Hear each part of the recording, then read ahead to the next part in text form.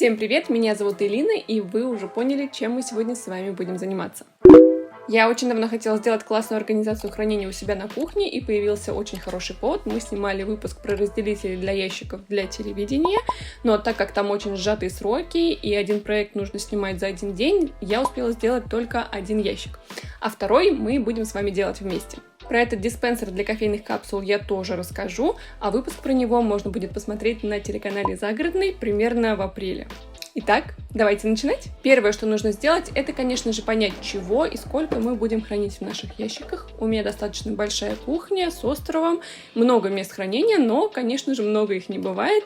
Их мне всегда не хватает, поэтому мне приходится делать периодически реорганизацию. В этот раз я вообще пересмотрела некоторые места хранения и переместила категории между ящиками. Вообще в этом году у меня есть цель кастомизировать свой быт и сделать его максимально удобным именно для нас.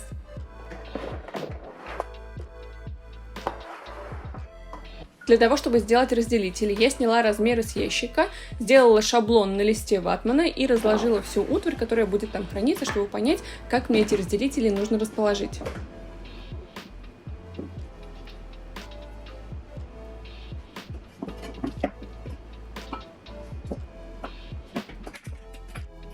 Потом я построила модельку в Revit, чтобы все было точно, и с этими размерами поехала в магазин за фанерой и сразу же там ее распилила. Я взяла лист размером 1525 на 1525, но просто потому, что мне в этот лист нужно было уместить еще несколько проектов. И я сразу сделала в Revit схему, по которой мне нужно было разрезать этот лист. Они, конечно, всегда в шоке от моих запросов, но я не учла тот момент, что толщина реза 4 мм, и поэтому кое-какие детали мне потом пришлось дополнительно вырезать дома лобзиком. Учтите этот момент, если будете делать распил в магазине. 4 мм. В принципе, можно напилить дома, если у вас есть лобзик или циркулярка, но я решила упростить себе этот момент и быть уверенной, что все края у меня ровные. Примеряем наши разделители. Фанеру я взяла толщиной 10 мм, а крепить элементы между собой буду шкантами толщиной 6 мм.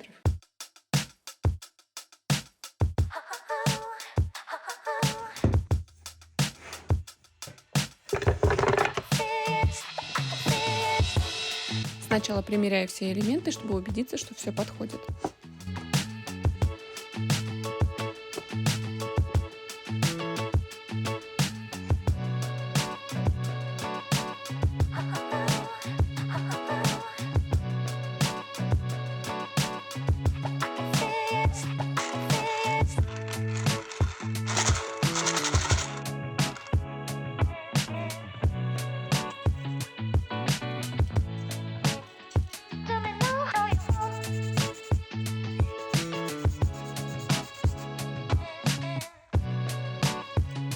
Отмечаю места соединений и приклеиваю малярным скотчем.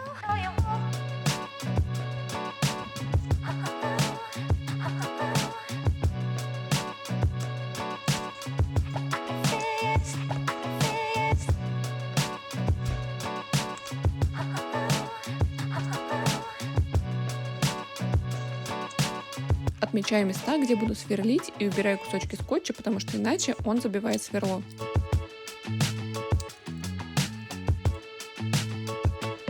Сверлом 6 мм я просверливаю отверстие. Здесь очень важно держать дрель перпендикулярно. У меня не всегда это получается. У меня сверло было тупое и немного подпалило дерево, поэтому я сходила за новыми сверлами. Одну планку я просверливаю насквозь. Глубину сверления я отметила на сверле скотчем.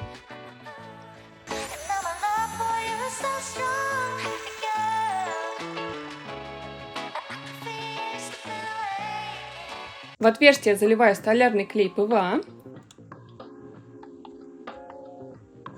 Вставляю шканты и забиваю.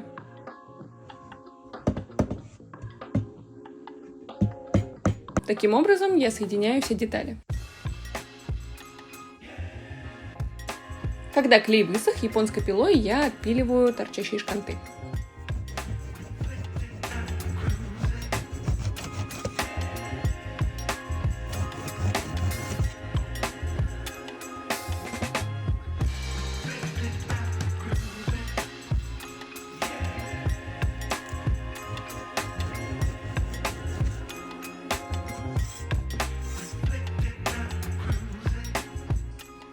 Теперь время шлифовки. Основную часть я стараюсь зашлифовать машинкой. И, кстати, да, наконец-то я купила себе строительный пылесос Циклон, и это была лучшая покупка 2023 года. Спасибо всем, кто рекомендовал мне это сделать в комментариях. Пыль стала просто в разы меньше, и работать одно удовольствие.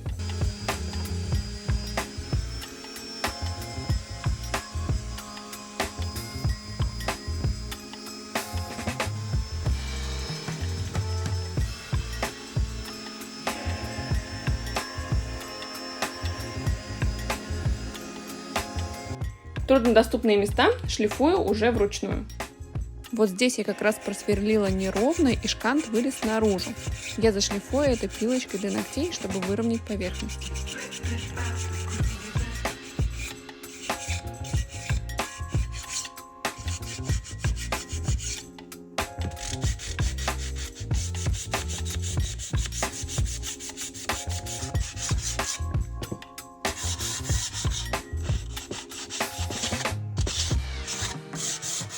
Одна часть готова, и теперь перейдем к секции для хранения ножей. У меня всего 3 ножа, возможно, их станет 4, поэтому я сделала отсек для 4 ножей. Для этого отсека я взяла вот такую деталь из фанеры и напилила брусок 20 на 30, чтобы в промежутках вставлялись ножи.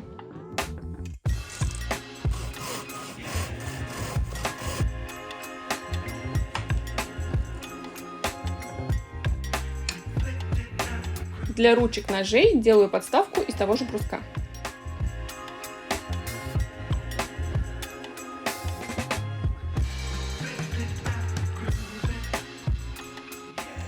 Шлифую.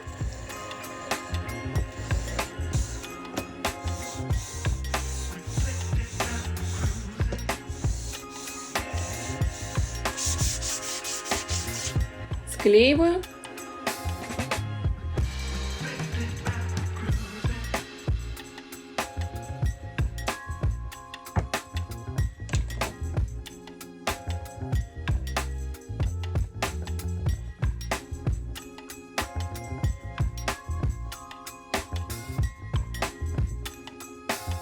И дополнительно закрепляю финишными гвоздиками с обратной стороны.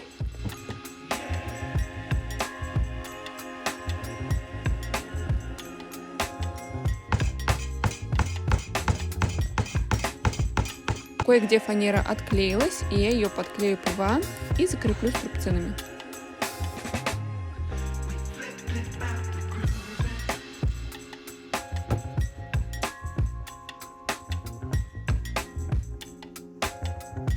И шлифую еще раз все вместе.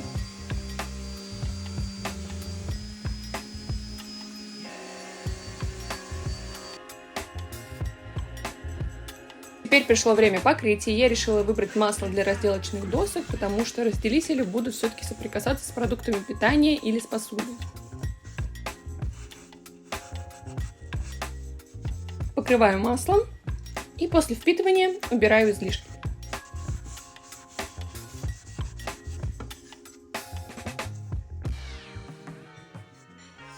Для того, чтобы покрыть маслом в промежутках между брусками, я обернула пилочку для ногтей и прошлась так по всем углублениям.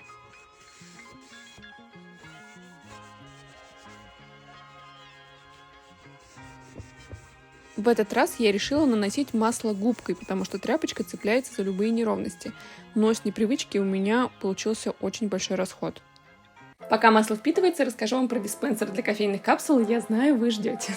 Для него я взяла 2 прямоугольника из фанеры по своим размерам и в одном высверлила отверстие по диаметру крышечки капсулы. У меня это 37 мм, мои капсулы подходят для кофемашин Nespresso. У меня было вот такое перьевое сверло, и мне кажется, что это не лучший выбор, потому что оно достаточно быстро тупится, и физически тяжело вообще с ним работать. Оно рвет древесину, мне не очень понравилось, но, к сожалению, мне нужно было сделать это быстро, и это единственное сверло, которое я нашла нужного диаметра. Лучше брать коронку. Но у меня не было времени заказывать, поэтому пришлось справляться этим сверлом. Хорошо, что вы не видите обратную сторону этой дощечки. Потом я просто склеила эти 2 детали на клей ПВА и также покрыла маслом. Вначале вы, наверное, заметили мой новый принтер для маркировки. Я потихонечку им маркирую хранение. Вот, например, мой новый ящик для специй.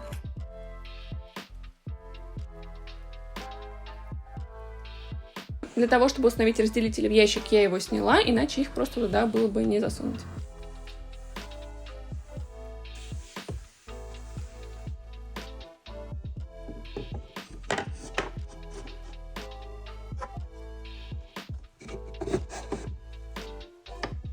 И вот что у меня получилось.